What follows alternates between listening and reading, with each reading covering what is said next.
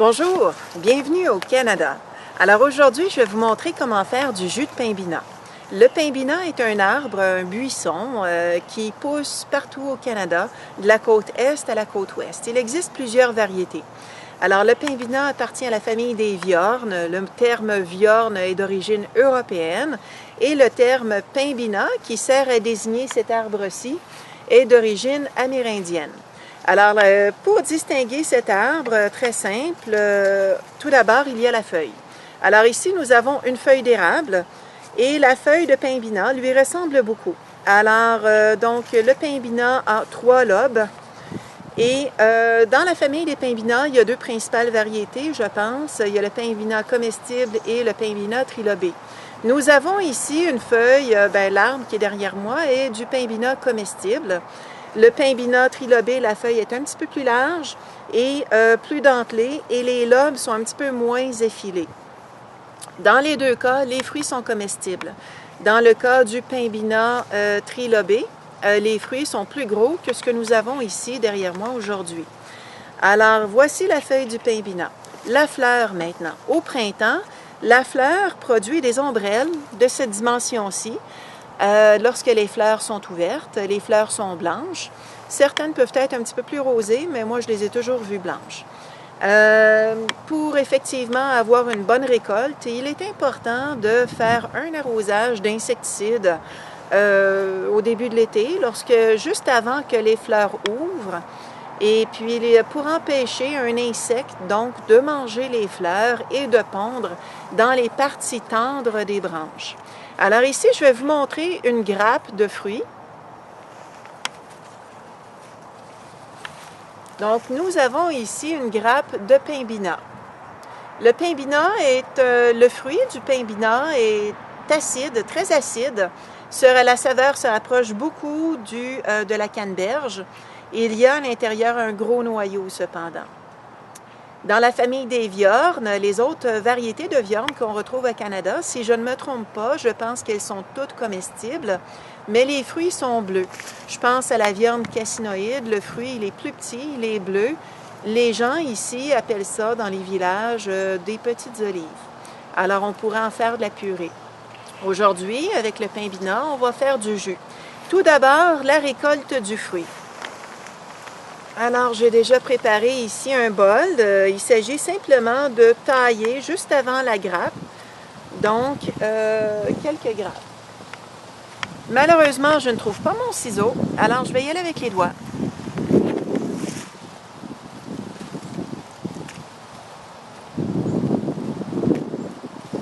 Et voilà.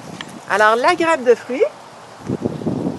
Nous allons donc maintenant procéder à la deuxième étape, qui est le lavage. Juste avant de vous laisser, je vais vous montrer donc le tronc du pimbina pour faciliter le repérage de l'arbre en nature. Alors, ce n'est pas un seul tronc comme on retrouve en général dans les érables. Ça ressemble à un buisson. Et vous voyez donc qu'il y a plusieurs petits troncs.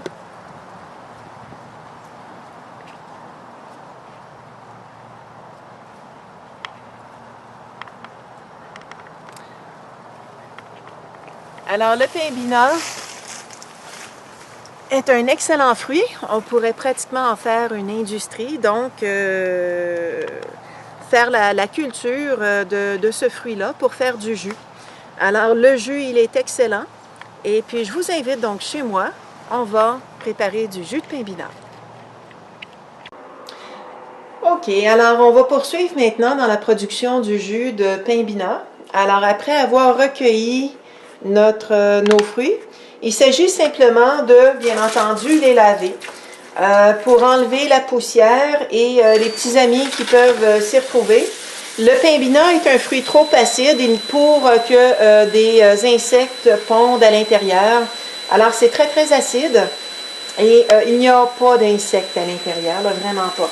C'est simplement qu'il peut y avoir quelques insectes à la surface, comme des araignées, des coccinelles ou des petits papillons.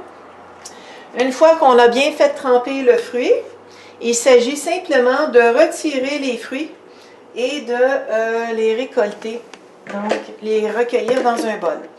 Alors, on enlève la partie dure le pédoncule, appelons ça un pédoncule. Donc, on ramasse les fruits comme ça.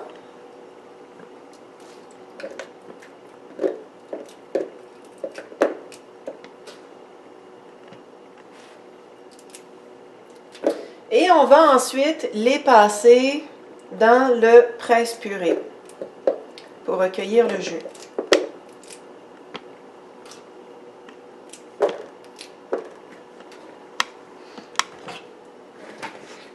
Comme ceci. On va en faire une petite quantité. Naturellement, puisque c'est un fruit, un petit fruit qui éclate lorsqu'on l'écrase, il est important de se munir d'un bon tablier. Je vais donc m'installer dans l'évier pour éviter de tout salir la cuisine.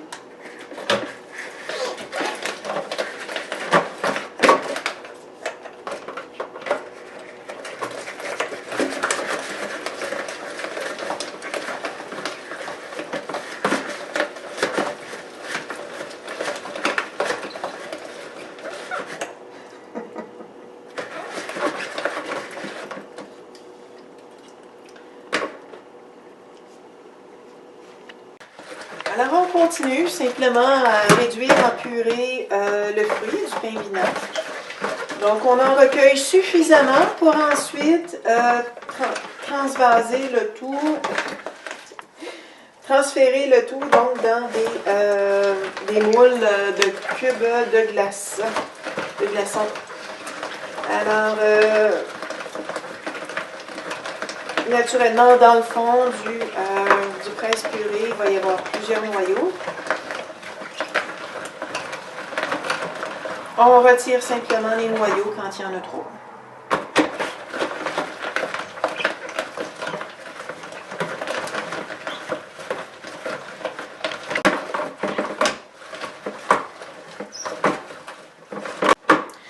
Donc, lorsqu'on a terminé de réduire en purée le jus, donc des fruits, on va, comme je viens de le dire, donc transférer le tout dans des moules à glaçons, comme ceci.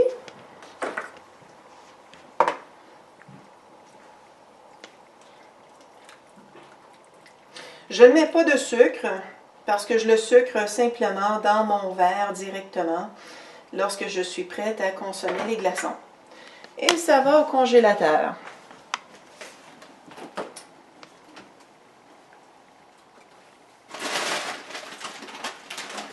Pour consommer des cubes de pain binard, c'est simple. Il s'agit de prendre les glaçons, les mettre dans un bon verre d'eau. On le remplit d'eau pure et on peut sucrer avec un peu de bon sirop d'érable. Le sirop d'érable étant meilleur que le sucre pour la santé.